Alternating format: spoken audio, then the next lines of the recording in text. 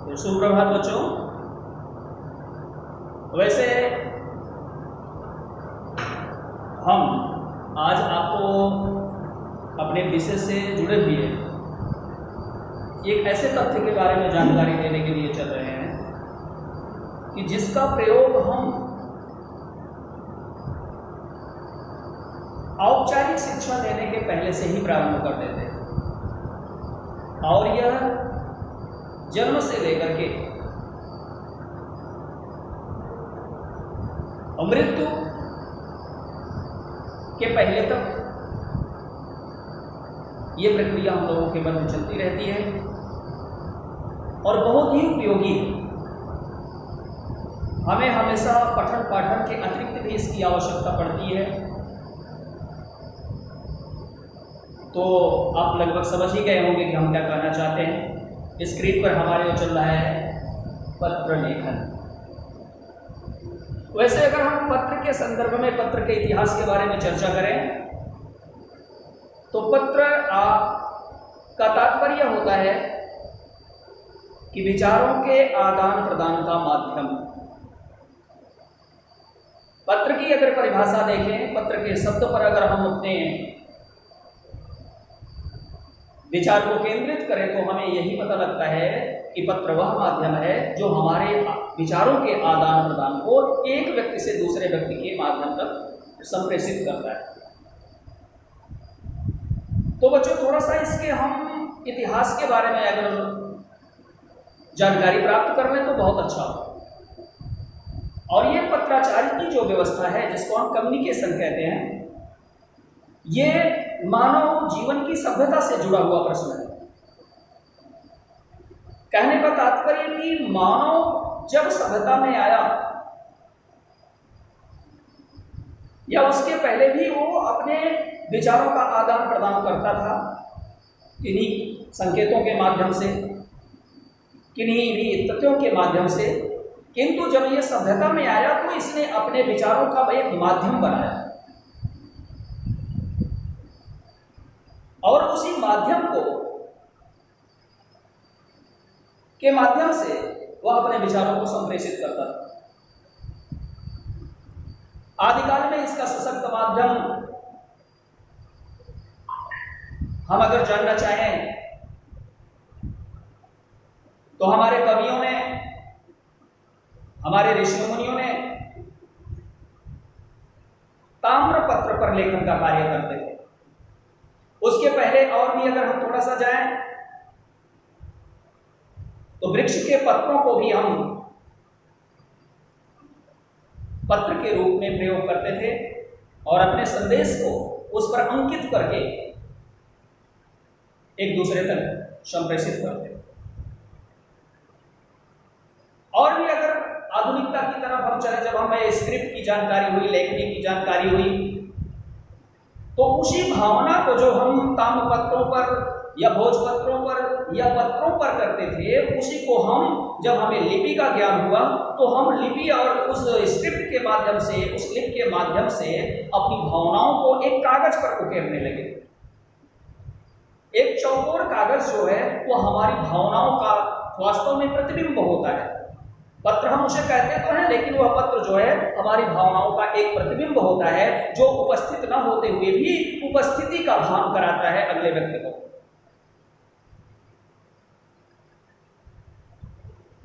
आप जानते ही हैं इस कम्युनिकेशन के माध्यम में पत्र की कितनी उपयोगिता है और वर्तमान समय में चाहे वह सरकारी हो, अर्ध सरकारी हो, कार्यालयी हो,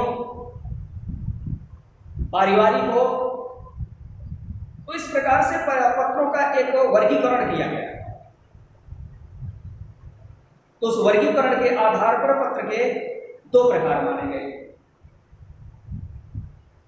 नंबर एक, जैसा कि आप स्क्रीन पर देख रहे हैं, औपचारिक पत्र और अनौपचारिक पत्र।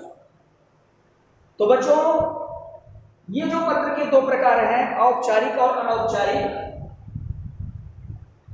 इनके बारे में थोड़ा सा हम जानकारी प्राप्त करना चाहेंगे। औपचारिक पत्र लोगों के मध्य प्रसारित किए जाते हैं जिनका हमसे आपसी तालमेल होता है या पारिवारिक संबंध होता है, सामाजिक संबंध होता है, उनके मध्य में हम औपचारिक पत्र का प्रयोग करते हैं। और बल्कि लिखे जाते हैं जिनसे हमारा व्यक्तिगत परिचय होता है अथवा नहीं भी होता है। ठीक है, इतना गलत हो गया। औपचारिक पत्र बच्चों उन लोगों के लिए लिखे जाते हैं जिनसे हमारा व्यक्तिगत परिचय होता है, पारिवारिक संबंध नहीं होता, व्यक्तिगत परिचय होता है, और वो आधिकारिक पत्र कहे जाते हैं। और ऐसे पत्र जो होते हैं, सबसे विशेष ध्यान देने की बात है कि जो ऐसे पत्र होते हैं, ये पत्र कभी व्यक्ति के नाम से नहीं दिए जाते हैं। ये सावधानी हमेशा बरतनी चाहिए। एक पत्र जो होते हैं हमेशा व्यक्ति के पद से दिए जाते हैं। उदाहरण के तौर पर मैं ये आपको बताना चाहता हूं, जैसे मुझे जिलाधिकारी कन्नौज को एक पत्र देना है, तो वर्तमान समय में मान लीजिए श्रीमान राजेश कुमार मिश्र जी जिलाधिकारी हैं, और मैंने आज एक पत्र ड्राफ्ट किया उनके नाम, किसी भी समस्या से संबंधित, और ऐसा ना हो दुर्भाग्यवश शाम को उनका तबादला हो गया और पत्र मैंने डाल दिया,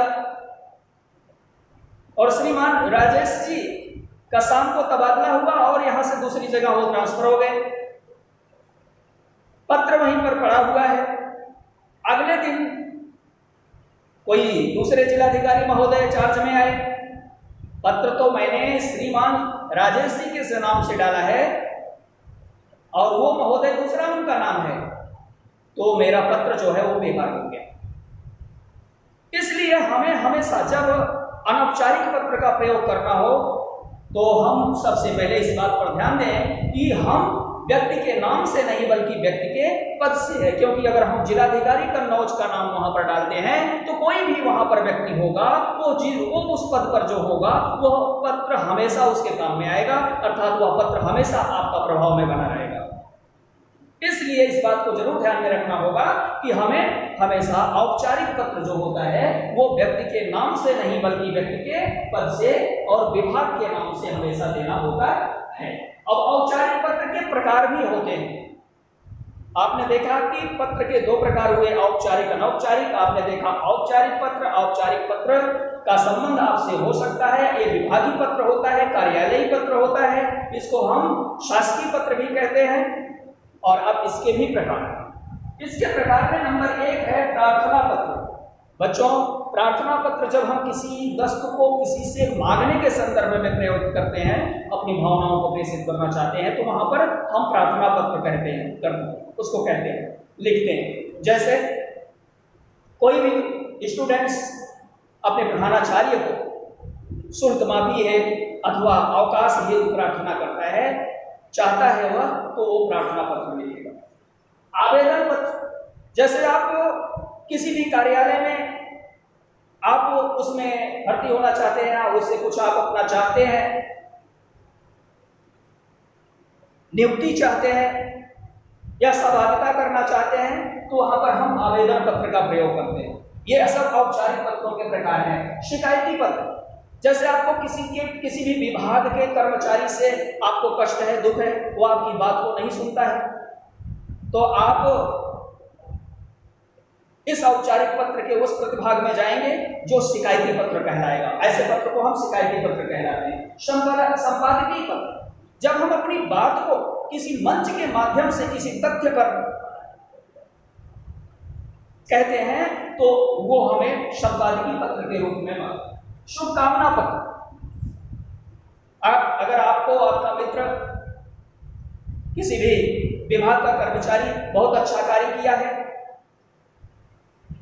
तो आप अगर उसे जो पत्र लिखेंगे तो शुभकामना पत्र के रूप में जाना जाएगा। शुभकामना आप उसे देंगे।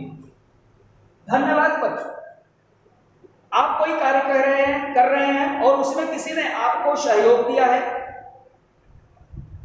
और उस सहयोग देने के संदर्भ में आप अपनी कृतज्ञता को जाहिर करते हैं उसके प्रति, तो धन्यवाद पत्र कहलाएगा। और जब हम व्यवसाय से संबंधित जुड़े हुए कार्यों को संपादित करते हैं, तो जो एक दूसरे के बीच जो संबंध स्थापित करने का माध्यम होता है उसे हम व्यावसायिक पत्र के नाम से जानते हैं। तो बच्चों, औपचारिक पत्र में आपने देखा प्रार्थना पत्र, आवेदन पत्र, शिकायती पत्र, संपादकीय पत्र, शुभकामना पत्र, धन्यवाद पत्र, व्यावसायिक पत्र, इसकी विशद चर्चा हमने आपको की।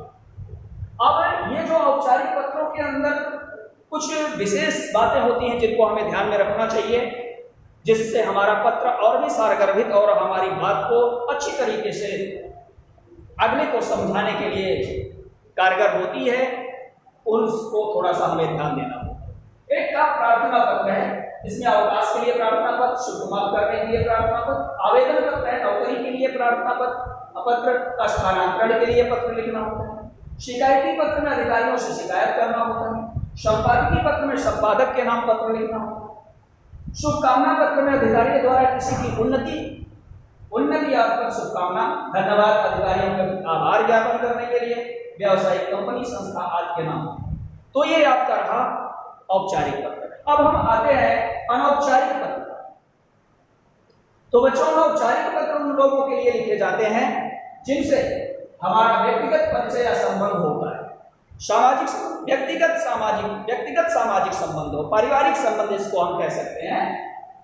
किसी भी के संबंध होने या करने की अगर संभावना भी होती है, अतः ऐसे पत्र पारिवारिक लोगों, मित्रों, संबंधियों के मध्य में किए जाते हैं। और इस प्रकार के पत्र में निम्नलिखित प्रकार के पत्र आते हैं, जिसमें बधाई पत्र,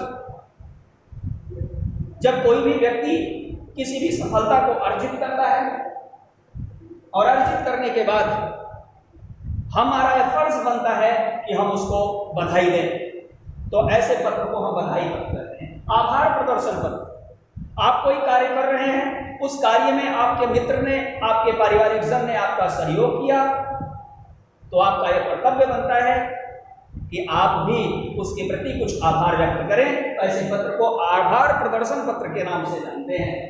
इसके बाद निमंत्रण पत्र, जाहिर सी बात है हम सामाजिक संबंधों में जुड़े हुए हैं, तो हमारे यहाँ कुछ न कुछ कार्य प्रयोजन हमेशा पड़ता है, बर्थडे मनाया जाता है, शादी विवाह के फंक्शन होते हैं। ऐसे में अपने शुभेच्छुओं को हमें आमंत्रित करने की एक औपचारिकता होती है। उसके संदर्भ में हम इन्हीं पत्रों के माध्यम से हम उनको आमंत्रित करते हैं। ऐसे पत्र निमंत्रण पत्र के रूप में जाने जाते हैं। संवेदना पत्र, कभी सामाजिक संबंधों में कभी घटनाएं भी होती हैं, दुख भी होता है, कष्ट भी होता है, तो ऐसे अवसर पर हमें अपने स्वजनों के प्रति कुछ भावनाएं व्यक्त की जाती हैं, करनी चाहिए। ऐसे को हम संवेदना पत्र के नाम से जानते हैं, तो हम वहां संवेदना पत्र लिखते हैं। तो बच्चों, ये जो हम अनौपचारिक पत्र के रूप में अभी देखे, बधाई पत्र, आभार प्रदर्शन पत्र और निमंत्रण पत्र, संवेदना पत्र, तो हम देखते हैं एक प्रकार आपको दिखाना चाहते हैं कि अब औपचारिक जो पत्र हमने आपको सबसे पहले बताया है, तो उसका एक प्रारूप हम दिखाना चाहते हैं कि उदाहरण के रूप में एक प्रार्थना पत्र है, एक बच्चा है, एक स्कूल का छात्र है, वह अपने प्रधानाचार्य जी को एक पत्र लिख रहा है कि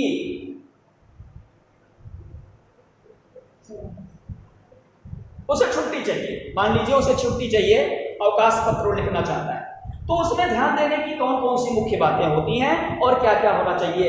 यद्यपि वो एक कोरा कागज है, चौकोर कोरा कागज है, उसके हम 3 पार्ट कर लेते हैं, ऊपर का, बीच का और नीचे का। हम उस चौकोर कागज को 3 भागों में बराबर बांट देते हैं।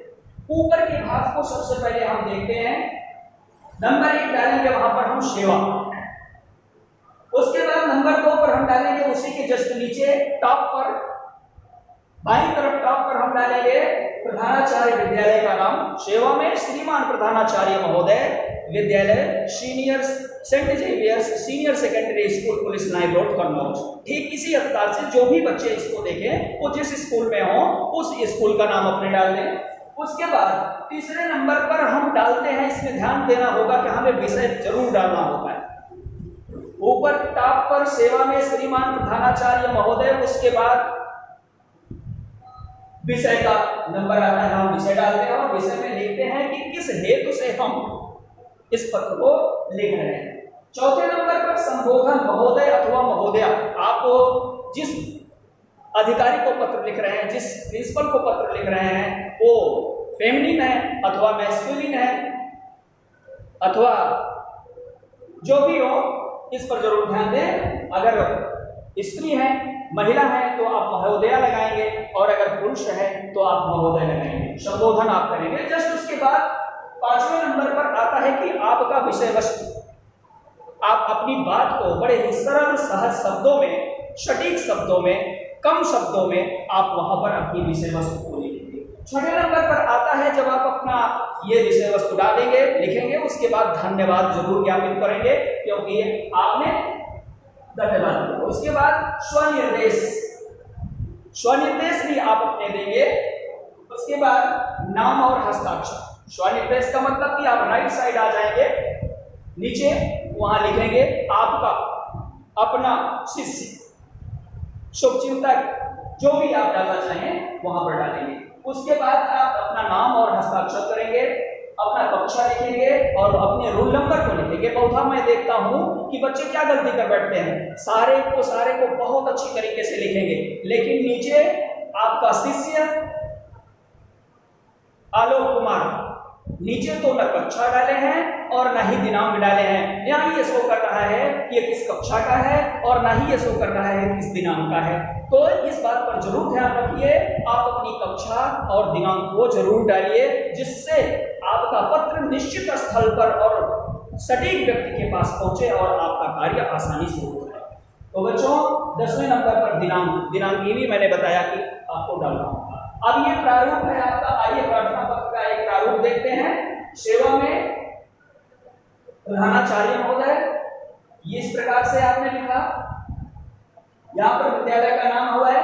उसके बाद आपने डाला विषय, इसके बाद आपने महोदय, धन्यवाद, पूरा का पूरा आपने विषय डाला, संबोधन किया, विषय वस्तु, धन्यवाद, आपका आज्ञाकारी स्वनिर्देश आपने दिया, नाम, हस्ताक्षर, कक्षा, क्रमांक और दिनांक। ये आपका प्रारूप है।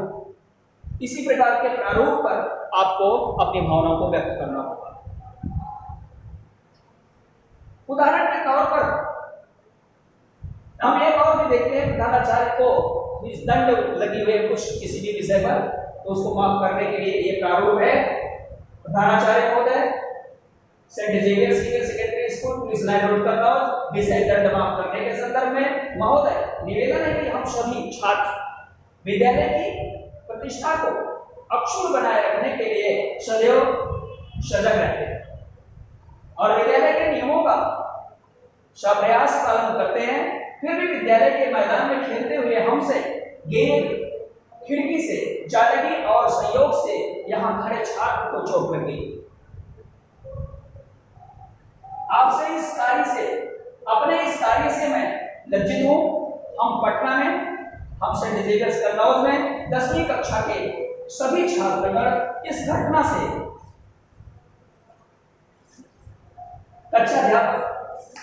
घटना से शर्मिंदा है होने के कारण मुझे 500 रुपए दंडित किया गया है। कक्षाध्यापक ने मुझे उससे 500 रुपए दंड के रूप में दंडित किया है।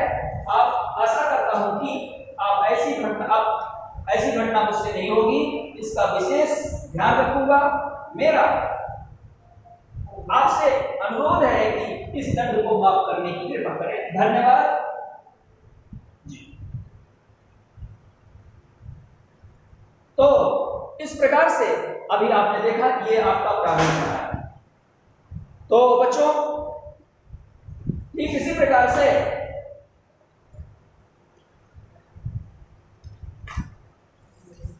औपचारिक पत्र का भी पारिवारिक पत्र का भी, जिसको हम अनौपचारिक पत्र के नाम से जानते हैं, उसका भी एक प्रारूप होता है। उस प्रारूप में एक ध्यान देने की बात है, टॉप में हम वही लिखेंगे जिसको हम पत्र एड्रेस कर रहे होते हैं, और उसके बाद दिनांक डाल दे सकते हैं, अभिवादन करेंगे, लेकिन तो उसमें हम विषय नहीं डालेंगे। उसके बाद मुख्य विषय होता है, उसको लिखते हैं। भाषा सहज, सरल और अत्यंत सारगर्भित होनी चाहिए, और ये भी ध्यान रखना चाहिए कि हम जिस भाषा का प्रयोग कर रहे हैं, प्राप्तकर्ता क्या उस भाषा को अच्छी तरीके से समझ सकता है, उस भाषा को।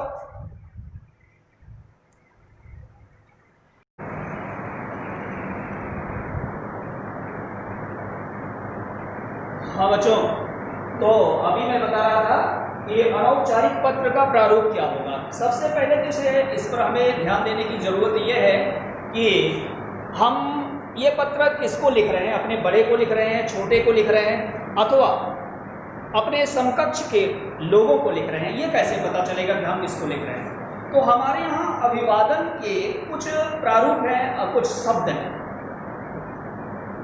तो उन शब्दों को हमें यहाँ पर प्रयोग करना होगा। जो ये बहुत जरूरी है कि हम जब अपने बड़ों के साथ इस पत्र का व्यवहार करें, उसमें उस शब्दावली का प्रयोग करें,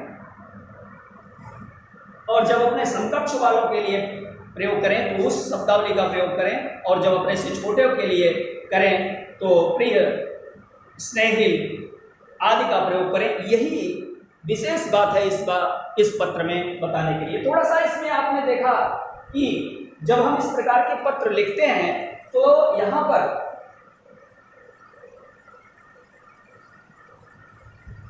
एड्रेस है, पता है, उसके बाद प्रिय मित्र सूर्य प्रकाश दिया गया है। जब हम अपने समकक्ष वालों के साथ पत्र व्यवहार करते हैं तो इन शब्द का प्रयोग करते हैं, स्नेही, प्रिय, प्रियवर आदि। बड़ों के साथ अगर हम पत्र व्यवहार करते हैं, आदरणीय, परम पूजनीय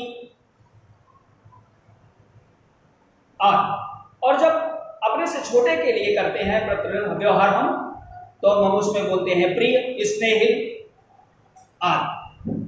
तो इस पर ध्यान देना मुझे जरूरी है। उसके बाद नमस्ते, क्योंकि ये समकक्षता में है, मित्र को पत्र लिखा जा रहा है, इसलिए हमें नमस्ते बोलने में कोई गुरेज नहीं होना चाहिए।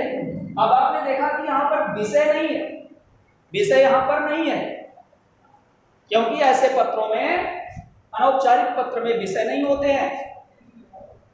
अब हमने अपने विषय को, विषय क्या है, प्रथम स्थान आने पर उसे बधाई दिया जा रहा है, तो बधाई हम अपने सरल सटीक शब्दों में बहुत ही आसानी से, बड़ी सरल भाषा में, सहज भाषा में हम उसको देना चाहेंगे कि जिससे हमारा मित्र हमारी बात को उसी रूप में समझे जिस रूप में हम उसे प्रेषित करना चाहते हैं।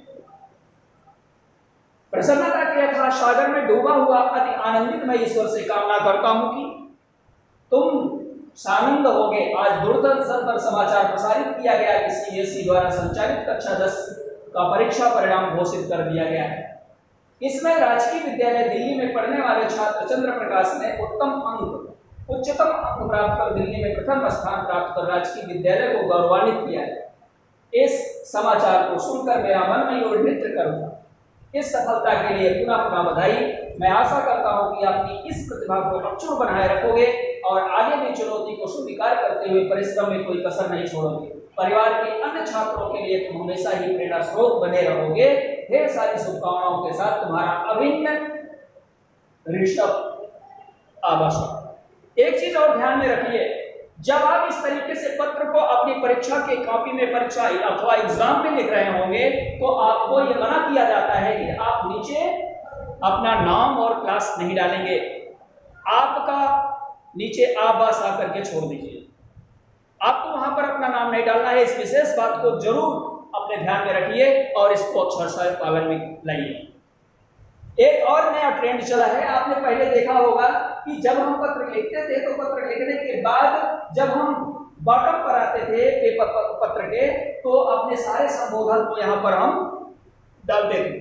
लेकिन अब ये नया प्रचलन बना है, एक नए मॉडर्निटी में हम आए हैं, अब इस बात को हम लेफ्ट साइड के बॉटम पर लिखते हैं। इस बात को भी ध्यान में हमेशा रखे रहिए। और ये आपका प्रारूप है।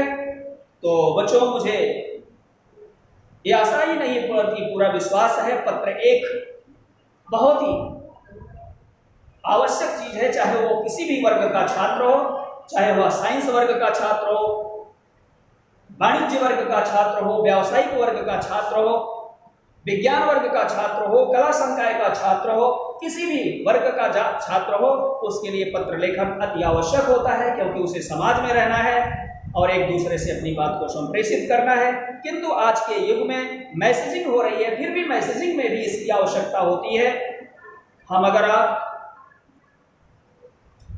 प्रिंट मीडिया के माध्यम से जाते हैं तो प्रिंट मीडिया के माध्यम में पहला प्रयोग हम पत्र को करते हैं, तो ये बहुत ही उपयोगी है। ये निर्धारित नहीं है कि किस कक्षा से किस कक्षा तक इसका प्रयोग होगा।